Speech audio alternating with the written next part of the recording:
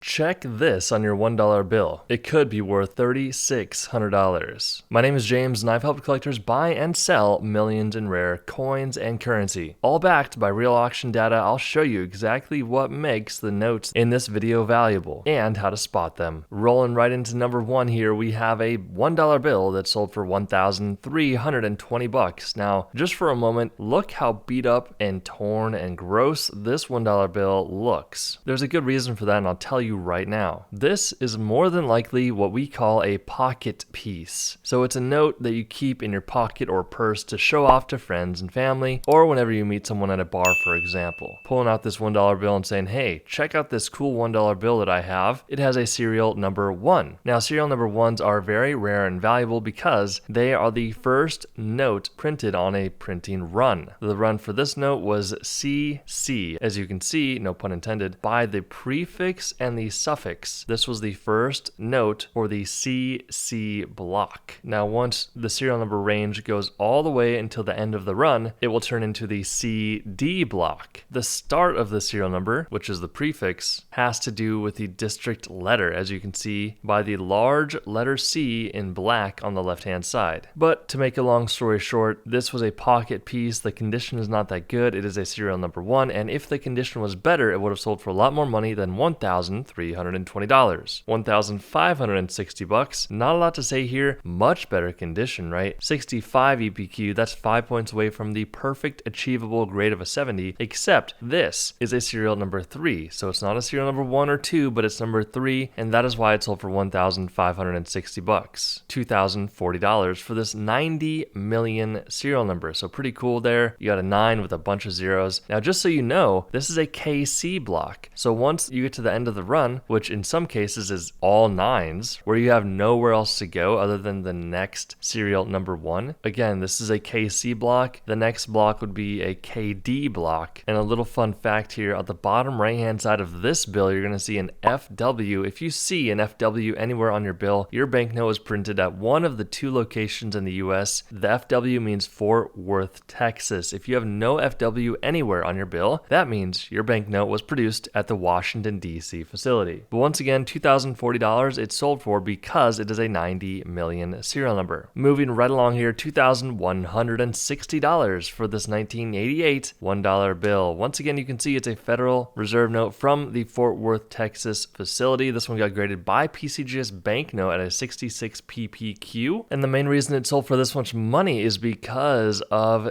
the serial number. This is a solid serial number 6. All 6s. It sold for $2,160. All right, $2,400 this 1993 $1 bill sold for. It's all going to boil down to that rare serial number. This is what we call a descending ladder serial number. Some people may look right over this because it's not as obvious as some of the other ones we looked at, but you're going from 7 all the way down to 0 here in consecutive order. $2,400 it sold for. Also, I do want to talk about on this note the fact that it is a mule note. So not many people know what to look for on a mule note or what it even means. In paper money collecting, a mule refers to a note that was printed using mismatched design elements, specifically plates from different series or printing runs, that weren't originally intended to be used together. This happens when an older and newer printing plate are combined, either by mistake or to save costs. So in this situation, you want to look for the FA Atlanta block, which is the prefix and the suffix here. It's identified as a mule because of the back plate number 493, which was originally used for the series of 1988A and not 1993 like this one. So the front plate from the series is from 1993, while the back plate belongs to a previous series, making this a true mule note. Combine that with the rare serial number allowed this bill to sell for $2,400. 3,600 buckaroos for this 2017 $1 bill. Now I'm going to drop a little bit more knowledge on you, okay? Look down there where it says Series 2017. A lot of people think that just because their bill has a date on it, that's when it was actually produced. That is not always the case. The 2017 series ran from December of 2017 through early 2023. So most bills that have the series of 2017 on them were actually not even produced in 2017. Now, why is this? Why don't they just create a new date every single year? Well, for a few reasons. Once a new series is designed and approved by the Bureau of Engraving and Printing, they create engraved printing plates that are expensive and time-consuming to make. So rather than redesigning frequently, they just keep using the same printing plates over and over and over. There's also a huge production volume. The BEP produces billions of $1 bills each year, so it saves money, there's a lot of volume, and it's just more cost-effective that way. But why did this bill sell for $3,600? Well, it's because of the very rare serial number. This is a solid number 8 serial number, and in a lot of countries around the world, 8 is actually seen as a very desirable number to have, especially if it's all 8s. Once again, $3,600 it sold for. All right, $6,600. So this is what we call a little pack or a mini brick of notes. There are 100 $1 bills in here, so there's a face value of $100. So this is a series 2006. So back in the day, someone went to a bank and said, "Hey, can I get a pack of $1 bills?" They said sure, and this is the pack they got. What makes this pack really, really cool is you can see the serial number is almost solid number 7, but this is a consecutive pack, which means there is one bill in here that makes the whole pack very, very rare. This serial number is a solid number 7 serial number. So the 77th bill in this pack of 100 is that serial number 7, which is solid, and this pack sold for $6,600. Now look, if you want to learn more about coins and currency, we have a free ebook down below. Make sure you pick that up, and we will see you guys in the next video.